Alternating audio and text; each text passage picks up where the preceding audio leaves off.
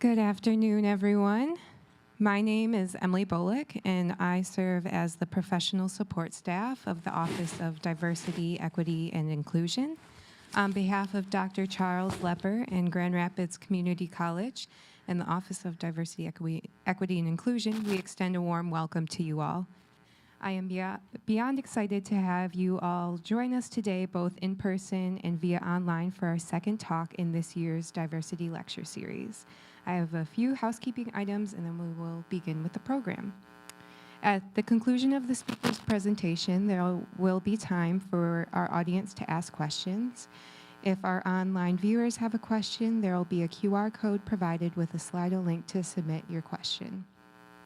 At the end of the lecture and Q&A, please take a moment to complete our feedback survey, as we will continue to plan for future lecture series and explore innovative ways to keep these important conversations flourishing. There will be a QR code that you can scan with your phone as well. Our office is keeping ourselves busy with a variety of events and programs and professional development opportunities for students, staff, faculty, and community members. Some were advertised at the beginning of this event. For more information about what's coming up next in our office, please visit our website at grcc.edu/ODEI. And be sure to follow us on our social media accounts, Facebook, GRCC-Office of Diversity, Equity, and Inclusion, and Instagram at GRCC_ODEI. I want to take a moment to thank everyone that made this year's series possible. Thank you to all our GRCC staff and faculty members who helped make this year's Diversity Lecture Series a success. I would also like to give special recognition to this year's sponsor, Steelcase.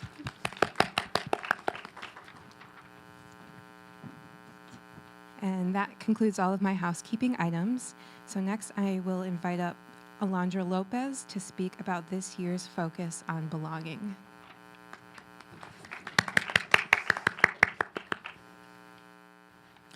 Hello, my name is Alondra Lopez. I am a student employee in the Office of Diversity, Equity, and Inclusion.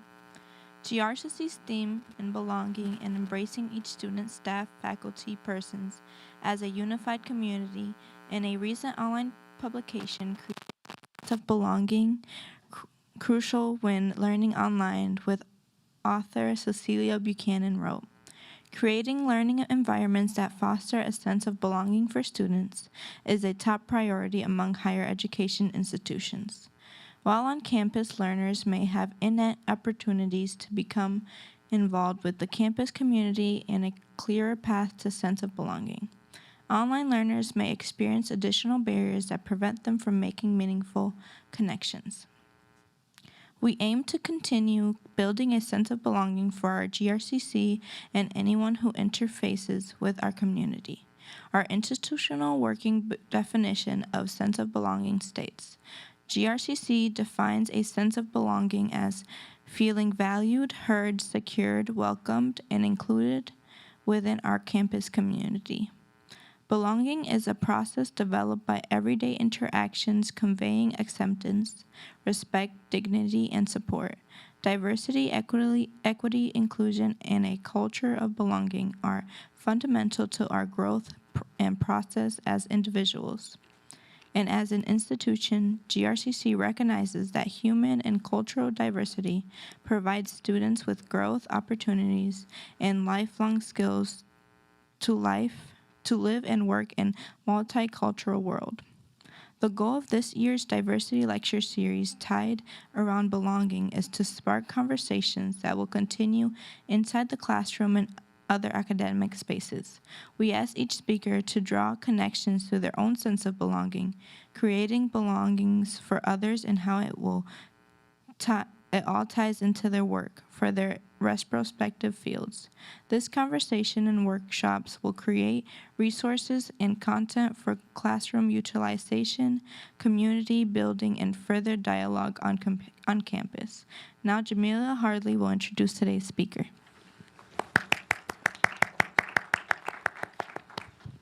Thank you, Alondra and Emily.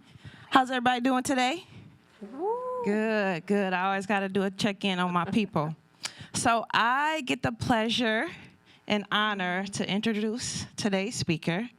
I'm super excited, by the way. My name is Jamelia Hardley. I am the Assistant Director of the Office of Diversity, Equity, Inclusion. And I just couldn't be more proud of today's speaker.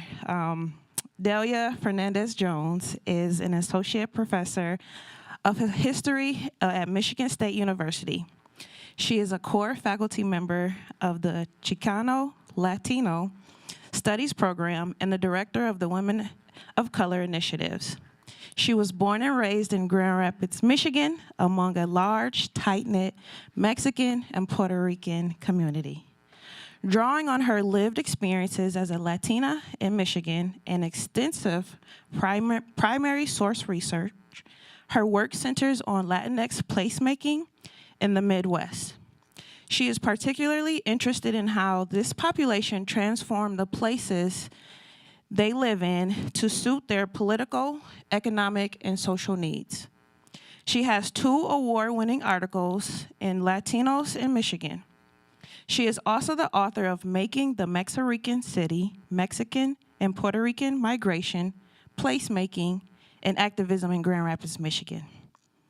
As I mentioned before, I'm super proud of our speaker. I have known her since I was a young human, going back to starting my travel AAU basketball team. She was the first team she was a teammate of mine as I was starting out my basketball career. We've had a number of run-ins of just building belonging in that community within Grand Rapids, and just always a welcoming warm faces to your family, inviting me to Michigan State gatherings, and now we are here to hear your remarkable work, a little bit more about you as a person and your intersecting identities. So please, please, please give me a warm welcome, or join me for a warm welcome as I introduce Dr. Delia Fernández-Jones. Thank you. Oh, thank you all so much for welcoming me here, for having me. It means so much to be able to talk to you as a part of this series. Thank you to Emily and to Alondra, and especially to Jamelia, to Jay. I know it's hard to imagine me playing basketball also with Jamelia. Like Jamelia, that makes sense. But also I know, I was short, I was scrappy. But those were, so it was a fun way to grow up. It was a really fun way to spend our time and to be here. Jay, to have you, you and I at this point in our life is really an honor. And it just shows the power of community. Right? The power of community that could be in mutually reinforcing circles that were telling us that we had, this other things that we had these other talents that we could explore and that we could use our gifts in different ways. So it's really amazing. And it also means a lot to be here at GRCC as a place where I've taken classes, where my family has taken classes, where my cousin, where my father, where my brother, where my mentee has taken classes and found GRCC to be a place of belonging for them. And so I am grateful to contribute in any way that I can to this. So as Jay was saying, as Jamelia was saying, I think of myself primarily as a scholar of placemaking. And so you might have heard this term used by urban planners, maybe. People who are thinking about where does a business district go, for example, where are parks in relation to schools and these things. But I see myself as part of a cohort of interdisciplinary Latinx studies scholars who look at it in a way of understanding how people with very little resources, both in capital, in human, and community, where they're a small number, how do they make spaces for themselves where they can belong, where they can not just survive, but they can thrive? And so I think about that in my life in a couple of areas that I will revisit at the end. But just to tell you the ways that I see it in my professional life, how this is kind of shaken out.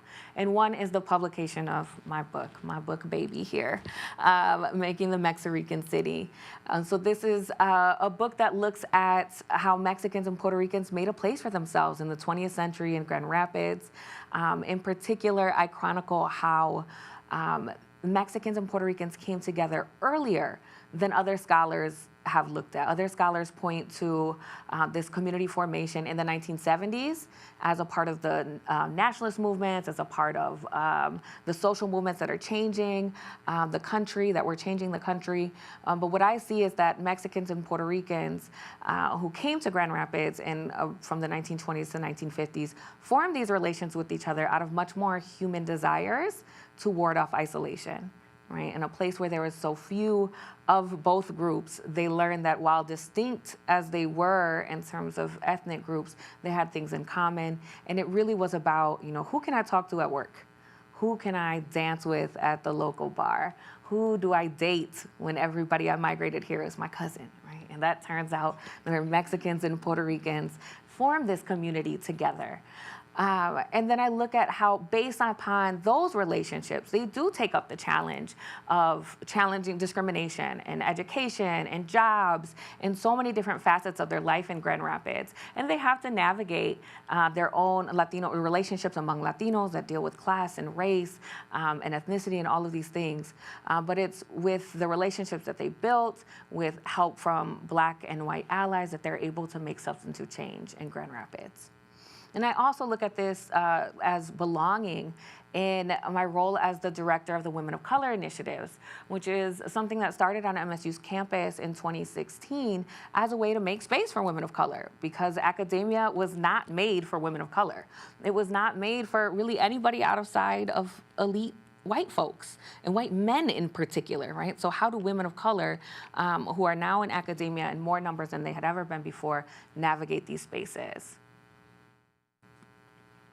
And so I direct some programming that aims to help people find both wellness as a central category to our belonging, because women of color and Black women in particular face the ill effects of academia and stress on their bodies.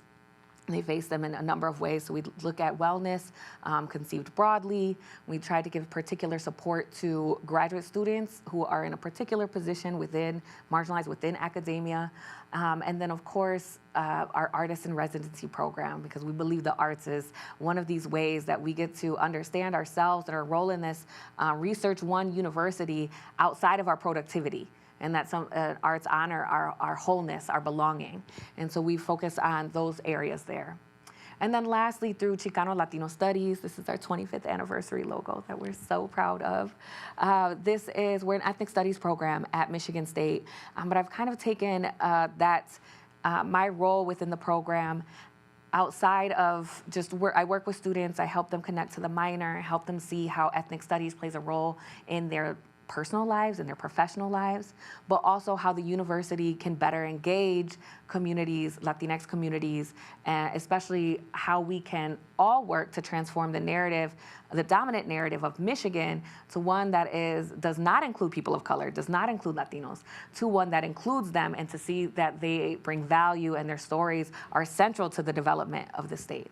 And so I hope to share a little bit more about that, hopefully at the end. But I wanted to start with, as our prompt asks us, how do we conceive of belonging? How do we recognize this? And I start with this question that I've gotten so much. And if any of you are also from Grand Rapids and likely people of color or in any type of identity that is not assumed to be a part of this, you get that, right? But where are you really from?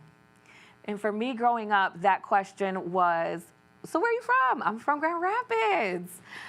Well, where are you really from? Grand Rapids, Wyoming, Southwest, we spent a lot of time going back and forth. Okay, but where are you really from? St. Mary's Hospital, and that's as far as I'm going, right? I don't know what else to tell you. It was this clear sign of belonging, that sign that I didn't belong. I didn't belong in a way that they thought they belonged. Though my family has been here for 4 generations, 5th generation with my son's generation, right? That whoever I was not the same as they were. And then conversely, I would leave the Midwest and go to visit Latinos and Chicanos in California. And they would be like, oh, where are you from? I'm from Michigan. They got Latinos in Michigan? I'm oh, yes. And then talking to folks about I'm Mexican and Puerto Rican. They even like each other? How did you become Mexican and Puerto Rican? And so there was all these different moments in my life where it was well, where do I belong, right? Because it doesn't feel like it's in this place that I was born. It doesn't feel like in this place where there are tons of other Latinos, and people don't understand this identity that I have, that I embody. And so that really propelled me onto a path that was both personal and professional in understanding my own belonging. That was what the impetus for the book was. Like, I'm going to have an answer for people when they ask me where I'm from or why am I here? This is also, I asked myself that eventually, right? After hearing it from so many people, and also, of course, on our wintry West Michigan days, like, my people are from warm places. Why am I here, right? Why am I here? I'd set on this path to researching this, right? And that is where the book comes from. But more so, this idea of what can I do so that I'm not asked that question, but neither are my undergrad women of color. Neither is my son, neither will my husband. What can I do to create spaces, to transform spaces so that we do not assume that somebody doesn't belong because of what they look like, right? Or these different abilities of them. And so I want to turn to kind of the way that I've been thinking about belonging in my framework.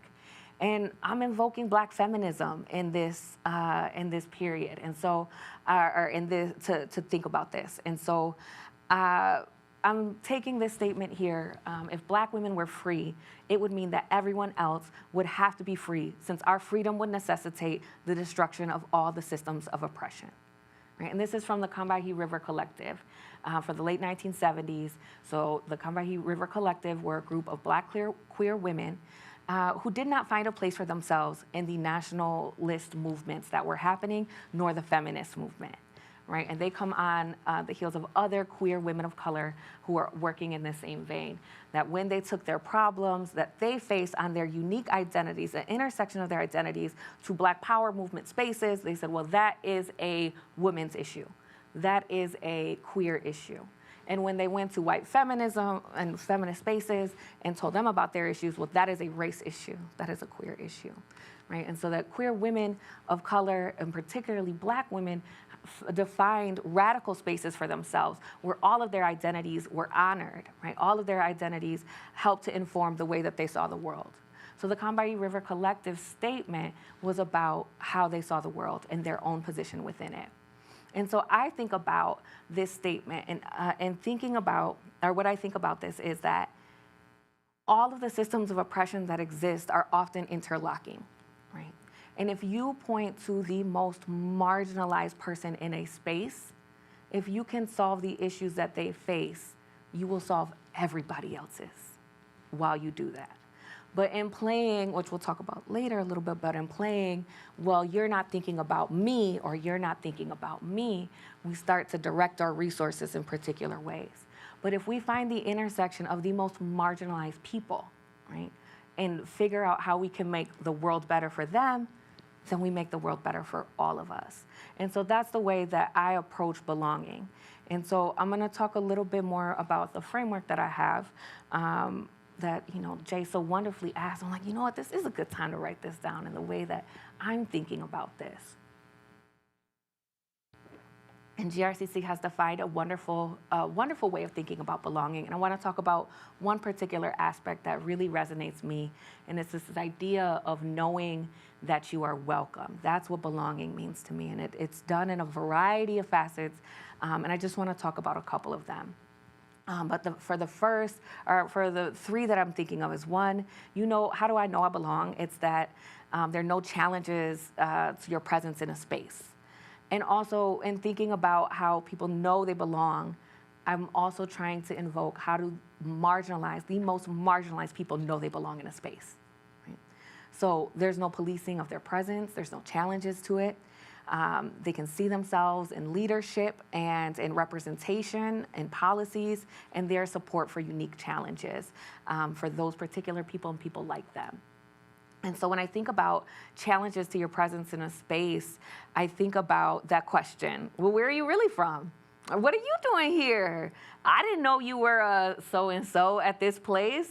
While some of those things are oftentimes really benign, right? And out of these genuine places of curiosity, They're subtle, right? We would call them maybe little microaggressions, right? What are you doing here, right? That part, that conveys the sense of something in me tells me you're not supposed to be here, right? And so thinking about which ways in the most benign questions about belonging, about somebody's belonging, and then the other ways that are more overt, like what policies do we have that restrict people's presence in certain places? And this, when I'm talking about places, I mean, it could be the community college that we're in. It could be a organization. It could be the city. It could be our states, it could be our country. What policies do we hold and maintain that police the presence of certain people at their expense, right? And for a preference for others. I also think about the different forms of representation that people have, that we have in units and spaces and however we're conceiving of that. And one, I'm borrowing from political scientists here and the old Black adage, not all skin folk are kinfolk, that was bestowed upon me in grad school when I had to learn some hard lessons. Well, one of these ideas that we get is that if a place is for us, we know that because we have our identities represented in that space already, preferably in leadership and policies, as well as membership, whatever that is, right? That tells us that that space belongs, that I belong in that space. For example, when I was starting out in college, I was like, I think I'll be a teacher. That was as far as I could kind of see, and I knew Latina teachers because I worked at Southwest Community Campus here. I knew they existed. That was a place I knew I could belong in. So we're looking for that descriptive representation, which is, this idea that somebody who looks like you, right? And it's important because so much of what we experience in the United States is based upon what we look like. It's based upon our skin color, hair type, facial features, body type, what we wear. So much of what, we map onto people's bodies, ideas about where they belong. And so having people who look like us in those positions is important. But not all skin folk are kinfolk. If you haven't heard this means not everybody that looks like you is going to be for you and is going to be advocating for you. And that is a hard disappointment. That hurts when that happens. You learn it once and you never have to think about, you're cautionary from then on. But this also opens up opportunities for us to consider what substantive representation, right? So people who share our ideas and our values in spaces, what does that mean for us? And so this means that not everybody who is your ally is going to look like you. That mentorship, that welcoming and belonging might come on a lot of different bodies. Right? And so we have to be open and prepared for that to happen. But if we're the ones in charge, the ones with power, how do we strike that balance between descriptive and substantive? And if you are somebody who doesn't share the identities of many of the people you're allied with, what do you do to communicate, right, your allyship? What do you do to communicate that you're an advocate, that you're being a ethical advocate as well? And so taking into consideration all of those parts of belonging, of what we can do to make belonging more possible, we're hoping to strike a balance. And as also, just in case it needs to be said, right, when we're thinking of representation, that are the most marginalized people that we serve a part of the represented or being represented here in leadership and policy.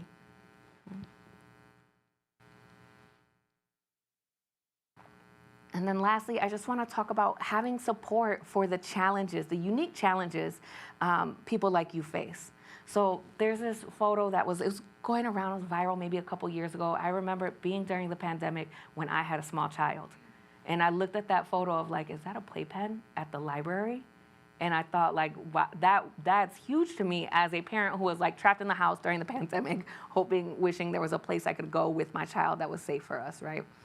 Pandemic aside. What it told me was, right, there are people who are thinking about their most marginalized constituents. Who needs access to what, right? And what can we do to eliminate the barrier for them to be able to access a space? And if you have those policies in place, that means that space is for you. That space is for those people there. So parents who need access to internet do not have it anywhere else, or access to whatever resources the library has, right? To include things like this makes it that, okay, this is a welcoming place for me because they'll support me here. In a completely other end of the spectrum example, I think about my own journey as a first-generation college student to becoming a professor, getting out of graduate school with all of my student debt with me and starting my position at a research university where I'm expected to research and produce publications and very quickly, and knowing that I actually have a ton of debt that's starting to hit, and the university didn't have a policy on cash advances, but I had to go and pay for my travel to a conference. Like, well, they don't get the reimbursements back in time before the credit card hits, so now do I just accrue debt to do my job? Which to me is like, that doesn't feel like I belong here. This feels like this job might be for somebody who has thousands of dollars saved in the bank, and that is not my situation. I barely have a couch, right? Coming from graduate school, making a move, right? And so that right there is just this glaring example of, as a giant institution, who are you catering your policies to? Because that's gonna be who stays, right? There's no way that people can see academia as a place that you belong when you don't have these policies that takes into account that not everybody is coming here with a nest egg or familial support or all kinds of things. So what policies do we put in place that would probably help everybody? That would probably help everybody. And so I also am thinking about the power of belonging. For me, this feels very transformative, that belonging is transformative. It's belonging is a way to transform. When I think about belonging in terms of my work as a historian, I understand that what I'm trying to do is reshape the narrative about who belongs where. That maybe, in fact, Latinos, Latines, Latinxes, they belong wherever they are, as do all people, right? They belong wherever they are. This also, if we're investing in belonging, we're investing in marginalized people and their futures. When we say that we have policies that cater to, that aim to disrupt the oppressive structures for the most marginalized people, that tells people that you care, that you're invested in the success in the future, right? That this can continue. We can continue to look to this place. It also signals a cultural shift for those who hold the resources. And wish to exclude others from them, because that's also what we're coming upon, right? Is that people believe in a zero-sum game, that if we give resources to one group, we can't give resources to another, but we can think creatively about the ways that we can make things accessible. And for those who are holding resources and holding power and embracing belonging and investing in belonging, what we tell them is that hoarding of resources is no longer allowed, that we are making an investment in creating a place where everybody can belong, where many people can belong, right? And then lastly, this alters our relationship with and understanding of one another. And what I'm thinking about for this is, when I know that a place is invested in my success as a first generation Latina, for example, college student, I change the way that I look at myself, right? That all of a sudden, if they think I'm supposed to be there, then I'm supposed to be there, right? And if these institutions are creating policies for these people, that starts to hopefully change, right, the ways that they think about people who don't belong. So what I would like to do next is to tell you a little bit about my own personal and professional journey. And for me, these things are intertwined, because I started that whole professional journey of being a historian in graduate school and writing this book to understand my own place, right? And so my personal identity is kind of tied up in the book. But also, because I'm a historian, I'm going to show you lots of pictures and documents, because those are the things that I find the most fun.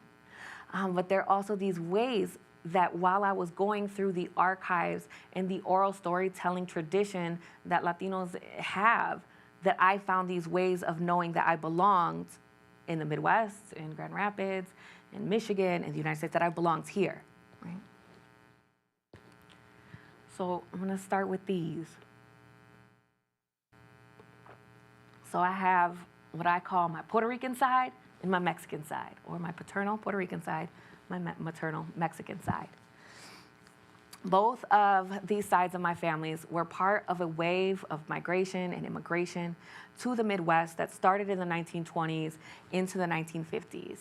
And they come on the heels of the legacies of colonialism, of racial violence, of foreign intervention, of economic displacement that made it so that my relatives and those of many other Mexicans and Puerto Ricans who are in this region and in this city could not stay in the places that they were from. They could not stay in their places of origin. It became untenable for them to stay there because of a lack of resources, because of a lack of power and their own sovereignty.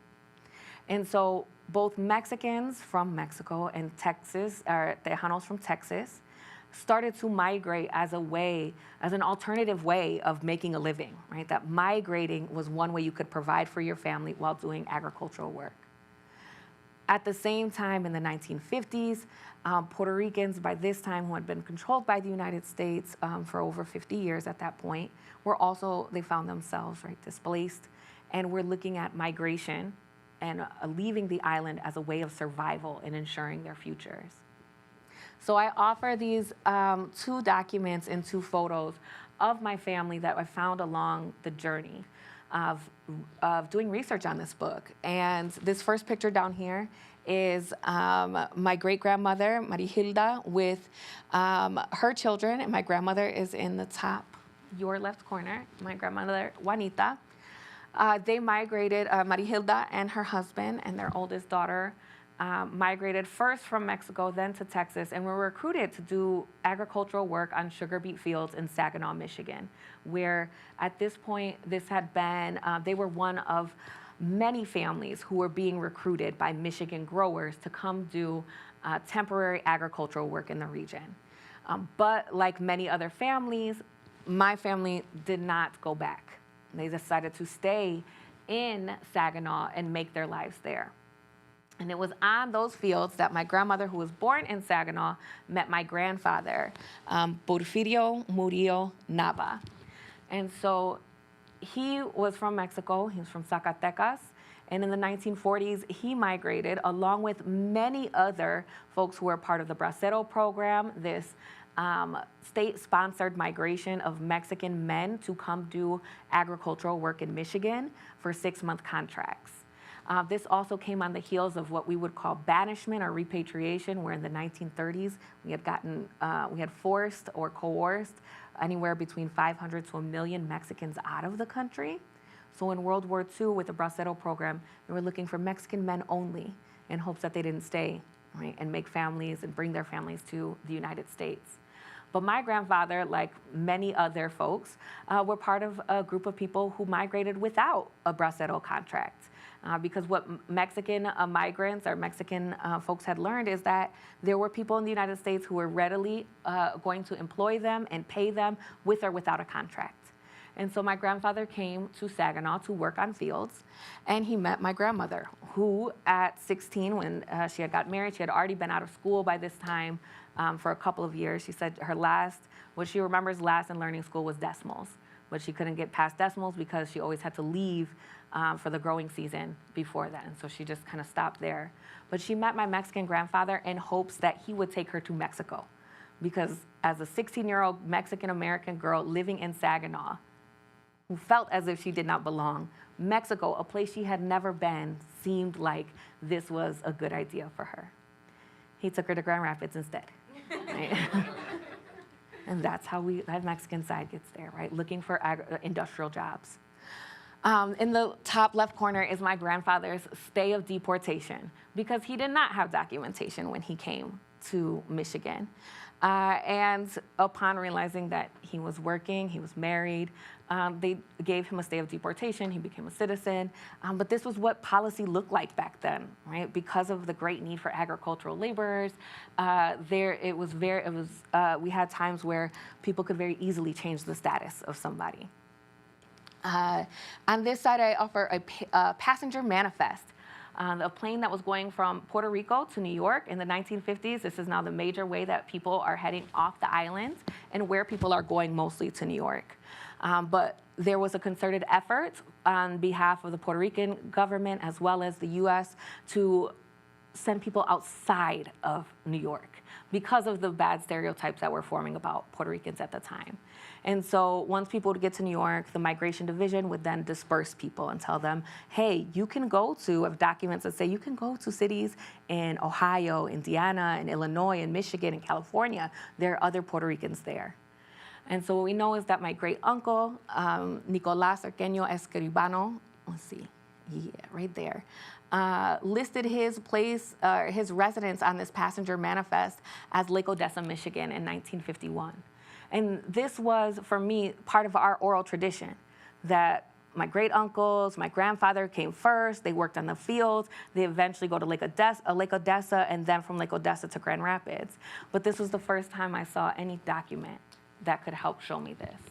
And in fact, he was part of thousands of Puerto Ricans who came in that summer of 1950 because there was an acute labor shortage in Michigan agricultural laborers, and Michigan agricultural growers recruited Puerto Ricans by the plane load to come. And of course, what they found were really horrible working conditions, really horrible pay, treatment. And so like my Mexican family, my Puerto Rican family, then we're looking to Grand Rapids as a place where maybe there were better jobs.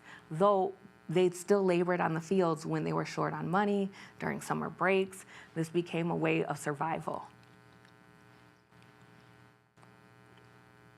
They came to Grand Rapids in the 1950s then, my two sides of the family, during a time when Mexicans, Latinos, Puerto Ricans were just really, the Grand Rapids did not have a way of understanding who these people were. As multiracial people, as people from this different part of the area. If you, like, for many people in Grand Rapids, Puerto Rico was part of Mexico, right? They didn't understand them as distinct places. And I offer this oral history excerpt from Irma Garcia Aguilar, who is one of the oral history people or participants that I talked with. And she said something along the lines of the ways that she was trying to conceive of her belonging. That our lunches might have consisted of tortillas with some leftover meat or something and rolled up in a butternut bread wrapper. And then you would get to lunch and put the tortilla under the table because tortillas were not known then. So everybody would look at you like, what are you eating? And so this was something that my family had experienced when they came to Grand Rapids as well, trying to understand culturally where they fit.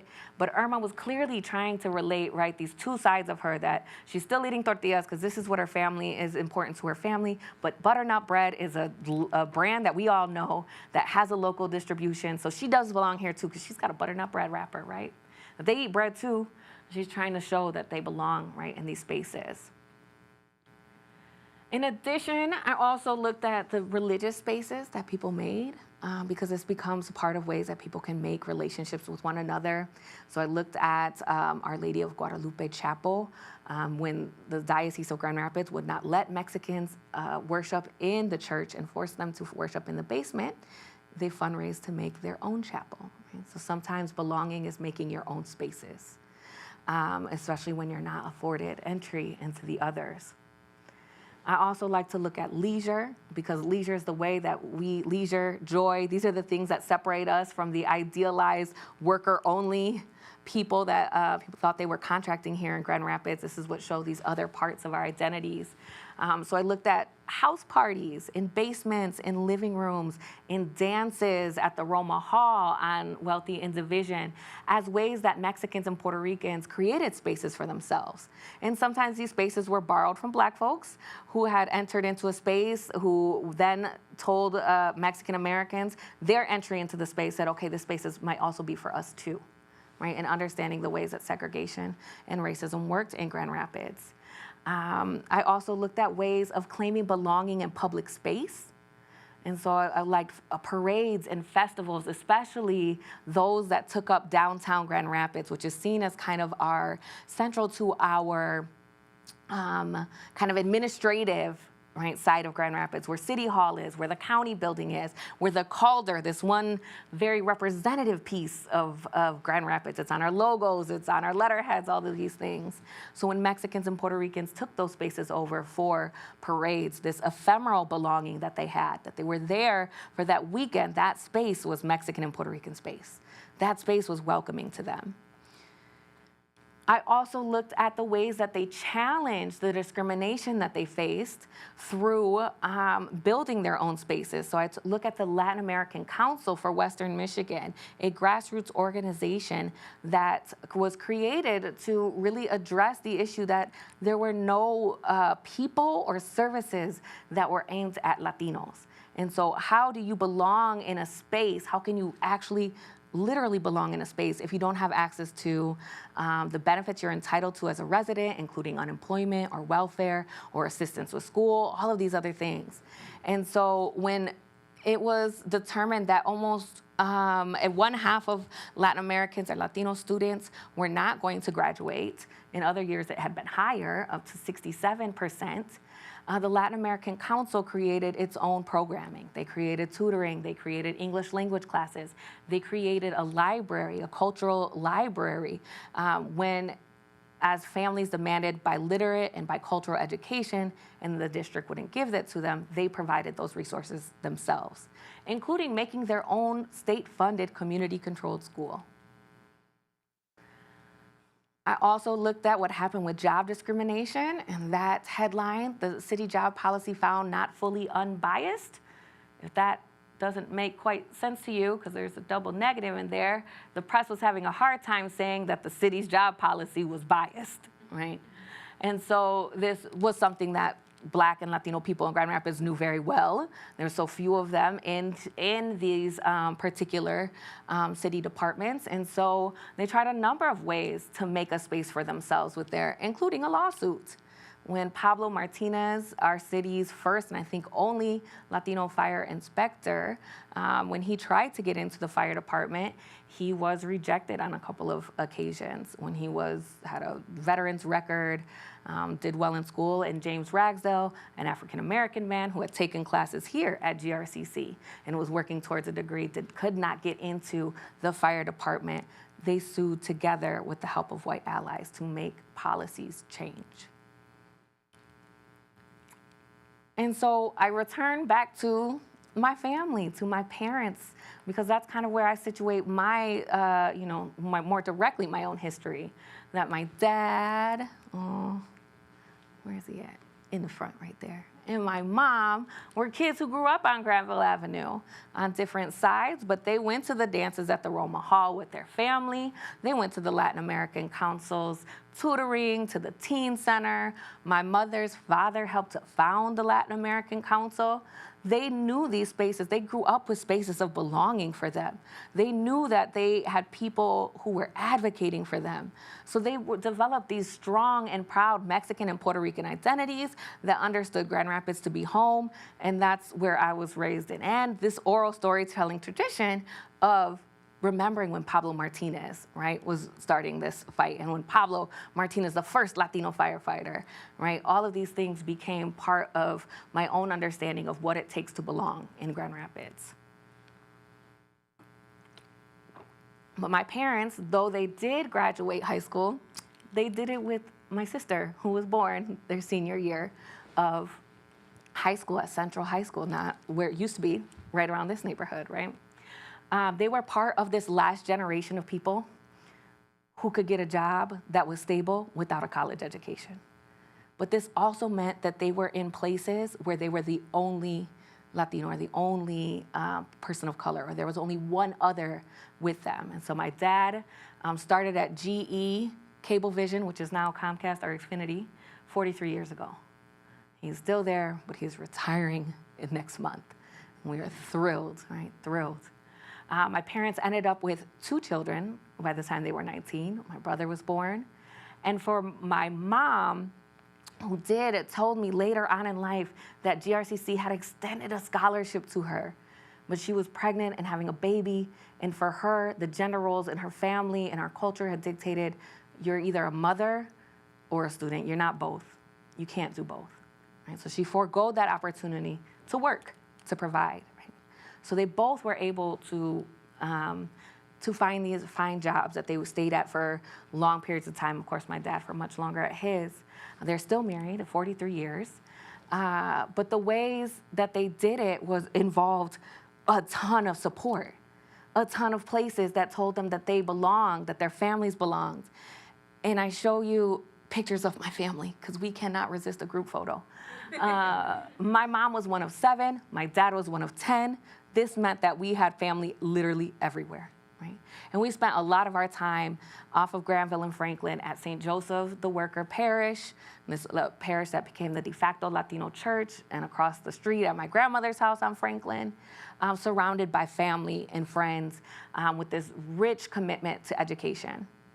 And in particular for my parents, they found a sliding scale Catholic school, it's no longer here, but a place that was affordable for them to send us to, because their experiences with Grand Rapids Public School at the time was that most people don't graduate. They graduated somehow, by the grace of God is what they will say, right, with the child. And so they were like, what we know is we're supposed to give you the best opportunities. That's what their parents told them. Education was a center point. And my father had went to St. Andrews for a period of time because his parents sent their kids there in shifts because they couldn't afford to send all 10. So a couple would go 1 year, a couple would go another year. And so they looked at that for us. And because it was a sliding scale school, we ended up in a class and race diverse environment, which was helpful for self-esteem, for understanding our place within education. And it also, at the same time we were at St. Andrews, my dad started taking classes at GRCC for his electronic certificate. And we all sat around that kitchen table doing our homework. Well, my dad asked my older siblings for help on his. And this was a vague memory for me. I was like, oh yeah, you went to school. And he was like, it took me 4 years to get that 1-year certificate, because he took the classes when he could at his own pace. But having that opportunity allowed for this upward mobility at his job, the place that he was able to stay for those years. So we were very much told education is the way, right? By the time I got into high school, that's when me and Jay started hanging out, right? I was at a parochial or a Catholic high school when I first started to doubt maybe if education was for me. Because it was in that space that was not class diverse and was not race diverse that for the first time somebody asked me in my school, why do you talk like that? Why do you talk so ghetto? And those are my classmates. And then a teacher asked me one day, why is your hair like that? Is that some sort of gang sign? And that's when I was like, I don't know if this place is for me. My self-esteem was starting to tank. My grades were tanking. I've always been a good student. I started to lose the intrinsic motivation, right, to stay and to do well. My extrinsic, my parents, they didn't play that, so I still had to do some stuff, right? But it just started, I didn't really, I wasn't thinking about anything past that. I just needed to get out of there.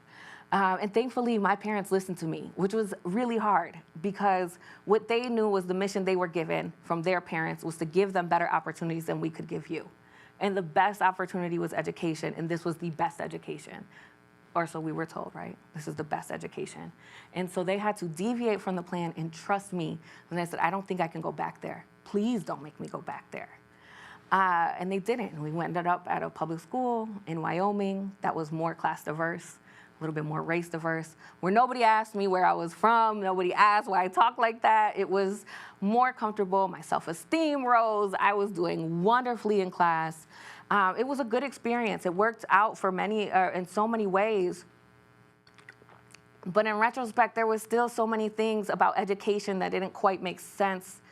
For example, I was doing really well in school, and my dad was like, okay, well, you got to go to college. I'm like, you got money for college? Like, no, we don't. But you're going to figure it out. You're going to get a scholarship like your sister, because my sister had gotten a scholarship to Grand Valley. My sister was also a teen mom. She had her baby her freshman year of college.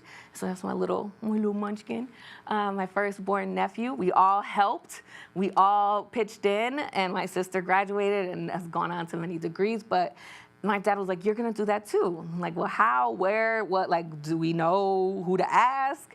And when I talked to college, the advisors at school, I was like, okay, I want to go to college. They were like, great, there's a GRCC application. We'll see you later. Which told me a couple of things. One, GRCC is a place for me. My dad took classes, my brother had taken classes. This is one option. But later thinking about it, I was like, well, I had really, really high grades. And if anybody had talked to me, they might have learned that I qualified for a scholarship at Grand Valley. But that wasn't the message I was given, right? That, in fact, many of the students in our working class high school went to GRCC, did very well, but they didn't necessarily think that I was one that got this other information, because they were giving out other information to other students. Luckily, my dad was like, you're gonna go to Grand Valley, they're gonna give you a scholarship, you should do it, and lo and behold, it all worked. I did. I don't know how, I still am trying to figure it out. When I came home, my mail was opened, because if you're in a family of color, you don't have privacy in your mail. And they're like, see, we told you.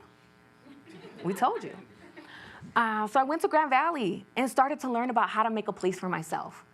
I started to join like Latino Student Union, where I saw other undergraduate students of color getting degrees. You know, Grand Valley it's a mixed bag, right? It's a mixed bag of these higher ed institutions, but what it told me was there could be a place for me here, that all of these students are actively making a place, that when you don't find a place if you find yourself in a place where you don't have resources, you might have to fight for them. You might have to work at them. And so that's where I learned, right, that, okay, we can make a space for ourselves here at Grand Valley. But this was another instance where I was doing really well. Again, it turns out I like school. I like it a lot. I think I'm pretty good at it, right? And so I was getting close to graduation, and in my junior year, I was gonna be a teacher, right? And David Stark, right here, this is my a professor. He was Puerto Rican and Cuban and white, and he made all his students come for 5-minute interviews with him, just so he could get to know you. And it was the first time anybody had talked to me about graduate school, and asked me if I ever considered going, if I considered being a professor, to which I responded, no, what are you talking about? Like, I don't even understand. Like, I don't even have any money to go here. Like, I'm not here in scholarship. I can't go to graduate school. I don't have any money. Here where he told me, right, all of these things about actually you can go to graduate school. All of these ways are possible. Where he connected me then with resources to the McNair Scholars Program, a TRIO federally funded program that prepares students for graduate education, as well as a host of other programs in the TRIO suite.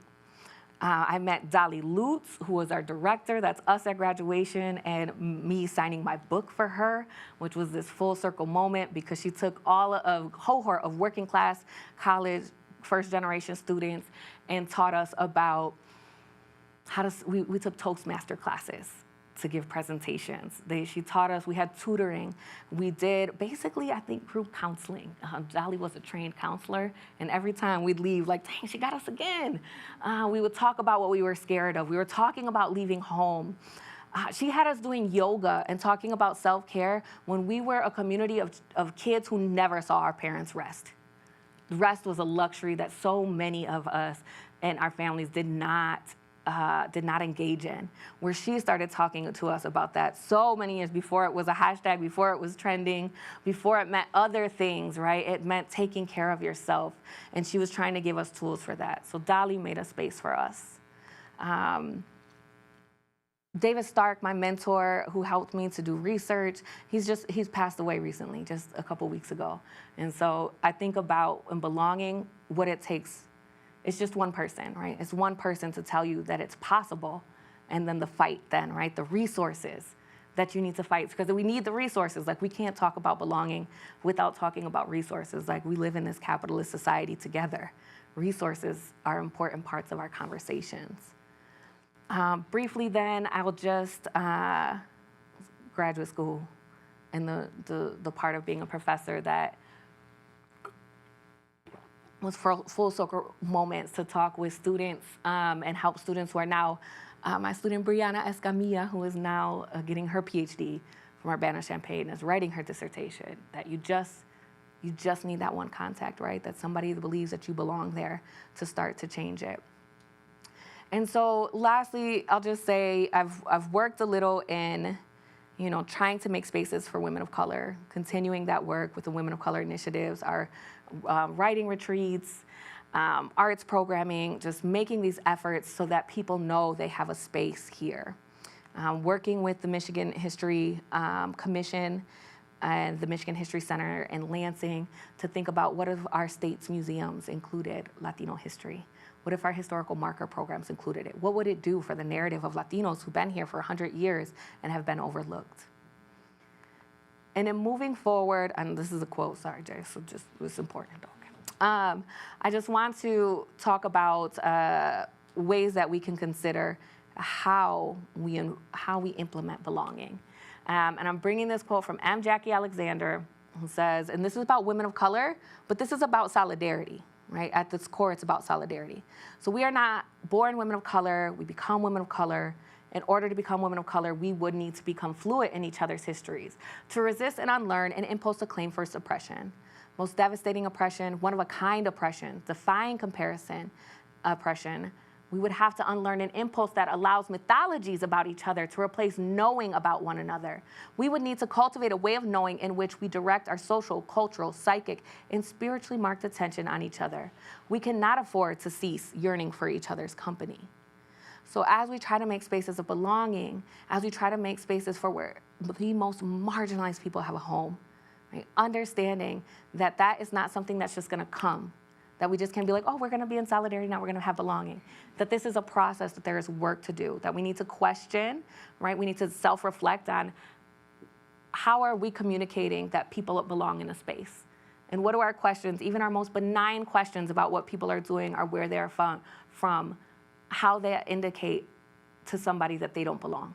And what other ways can we find out what we need to know, right? Why do we want to know so bad where people are from? What other ways can you engage this person to learn and to truly know about them? And what other ways can representation at the highest level, and those who are responsible for resources, how are we engaging with this and learning each other's histories and learning and not trying to play the oppression Olympics? That's basically what this is saying, right? Don't play the oppression Olympics and think that we can move forward. So those are just some thoughts I'll leave you with there. So thank you so much. All right. All right, so now we're gonna open it up for question and answer. Anyone have any questions? You could simply let me know. I'll move over. Or for our online audience, there is a QR code that I will monitor and also ask questions. This is just to my website, just in case you want to contact or learn more. That's just it.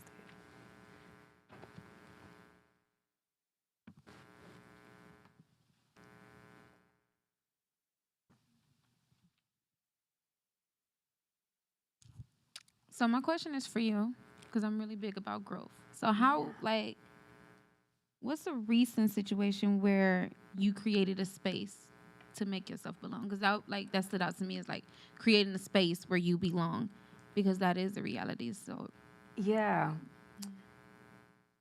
So I think that I am like constantly making a space at my university for myself, because academia is so entrenched in a particular population, right? And serving a particular population from so many vantage points, from the faculty point, from the student point. And I think I am continuously, I recently got tenure, which is like this goal that I've had like my whole life, well, not my whole life, since I met David Stark, and then he explained what tenure was. And then I was like, you can't get fired? I would like that one. That's the job I'll take, thank you. Since that part, right, that moment, wanting that goal, and now being on this side and trying to figure out, what does it look like for me here at this stage where I'm not worried about meeting these requirements to keep my job, but how can I be in this space and be a whole human? Because the path to that space was really, really toxic at times. It was exhausting. It didn't serve my whole being, right? So what does it look like in this next phase where I can get this place to let me do what I want to do, to let me do what I want to do, because I promise I'm gonna do good things with it. Like I'll go to the meetings and I'll be a good citizen of the university. But what I'm also trying to do is figure out how to change the conversation that we have here in Michigan about who belongs. So what can we do with that? I'm trying to think about the ways that among Latinos we can combat the different ways, these different forms of hierarchies with anti-Black racism or homophobia. How can we do that, right? So how do I get them, the people I work for, to let me do that in a way that doesn't saddle me with some of the kinds of tasks that are needed that serve a bureaucratic purpose and not one that allows me to engage the community and scholarship in a way that I want to. it's going okay. I got 4 plans. I got a plan A, plan B, plan C, plan D, but it's going to happen this year. That's it. I put the plans into place. Thank you. Any other questions? I have a question for you. Yes. So I read your book. Yeah, And thank you. yeah, of course. And also, there are copies to buy in the back after if you would like. But it was really cool reading about like the different ways that the communities like really came together to like solve problems that they faced. And you know, with like the city growing and all of that, I don't feel like it's something that we see as much anymore. So I was wondering if that sort of community coming together is something you have seen recently, or do you have any ideas on how we can get that sense of community back? Yes, so this is a really good question, and it's on my mind in so many ways. Part of what I'm doing with the Michigan State History Center also involves the Granville Avenue Arts and Humanities, the Cucci Office for Local History, the Latino Community Coalition, all organizations in Grand Rapids, to talk about Latino history and its role. But things that have come up when we talk about this is just how much things have changed and how the solidarities that were built in this 1950s, 60s, and 70s were based upon a particular set of conditions, and the conditions have dramatically changed. And so for me, and for using Black feminism and women of color feminisms as a guide, I see that we need to do some more learning again about one another, because the profile of Latinos from the 70s to now is completely changed, right? We were working with a very particular working class group of folks, with some people who made it to middle class, but we had a lot of class solidarity that brought Black and Latino people together. But as we have people, Latinos who are not from the area, who are different classes, we have Black folks who are making it to different classes and not from the area, I think there's this, we are at a point where if we don't start learning about each other, we're gonna be in really big trouble. And that scares me, right? That scares me. So now I'm like, okay, now what do we do? And how can we make opportunities for conversation, for solidarity? What do we need to get there? And it's, right, learning about one another. It's about learning about the history of this space too. And I think that's hard because there are people who are still here from that time period who are like, what is happening? How are we at this point when we didn't start at this point? We don't feel like we started at this point. And so I think that a lot of this is going to be done on a grassroots level. This is going to be done in neighborhood by neighborhood, where we're talking to people and explaining histories. And I really think at the core of this, especially in Grand Rapids, especially among Latinos and Black folks, is that we need to contend with anti-Black racism. That is at kind of the core of the marginalization of so many people in this city, that Latinos can be a part of and complicit in if they are not careful. And so having those conversations and laying that bare, I think is going to be very difficult, but also it's necessary for the collective liberation of these communities and these people. Any other questions in the room or online?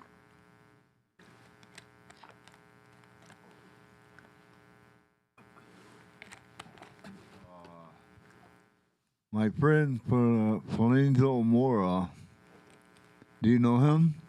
It sounds really familiar. Benito? Fernando Mora. He committed suicide. No, I don't think that I do. You don't? Sorry. I'd like to thank you for coming here. Namaragiko, Namaragiko, Namaragiko. Thank you. Thank you.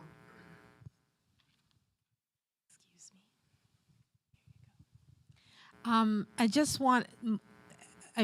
do want to ask a question, but I just want to thank you for the presentation. I think that as a Black Latina, it's very hard for us to walk the path that we're walking right now.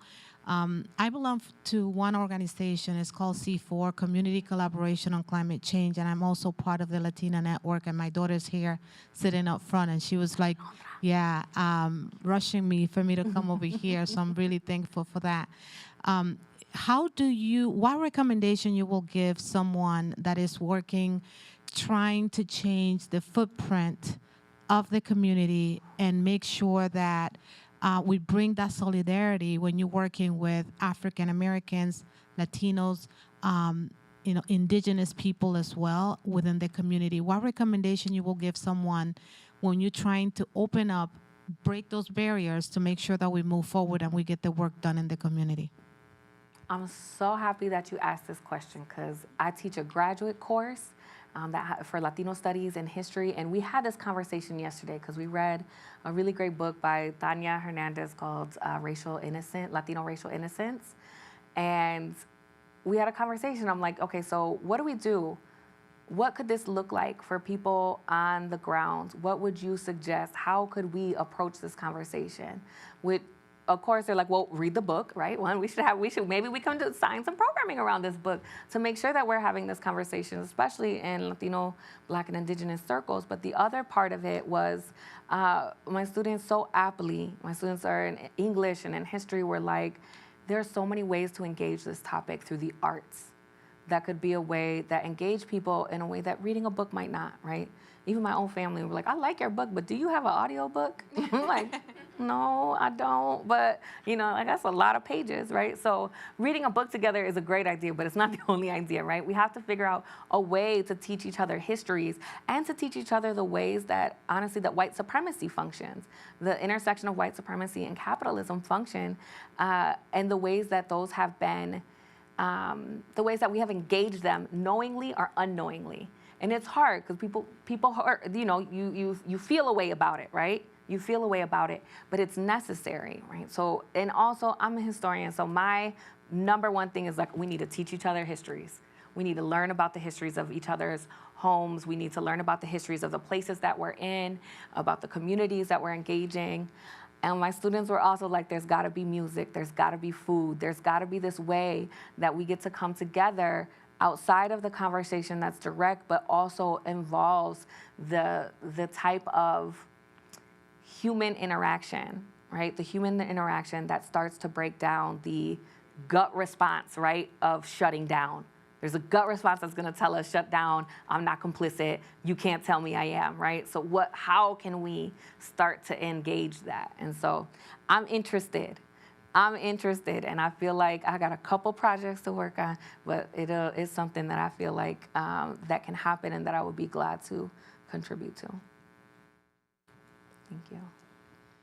Well, on behalf of the Office of Diversity, Equity, and Inclusion, we want to give another round of applause to our speaker today. Thank you. Thank you. And another round of applause to all of you for choosing to spend your time with us today, of course.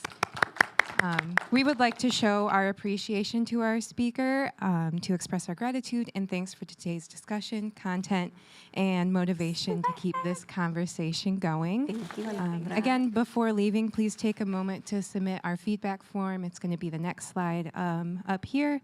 And if you're interested in buying a copy of Delia's book, there are copies available in the back being sold. And I also have parking passes available if you would like for our parking ramp. So come find me after and I can give you one. We would like to thank you all again for joining us. Our next Diversity Lecture Series event will be happening February 15th. Dr. Antija Allen and Justin Stewart will be hosting 2 workshops at Sneeden Hall. The first workshop will be We're Not Okay, a dialogue about Black faculty and staff experiences at PWIs. From 8 a.m. to 9:30 a.m. And the second workshop will be Cultivating a Community Belonging from noon to 1:30 p.m. Thank you, everyone, and have a good evening. I'd be happy to sign books, too, if anybody wants to. Yeah, Have their book signed. sounds great. Thank you.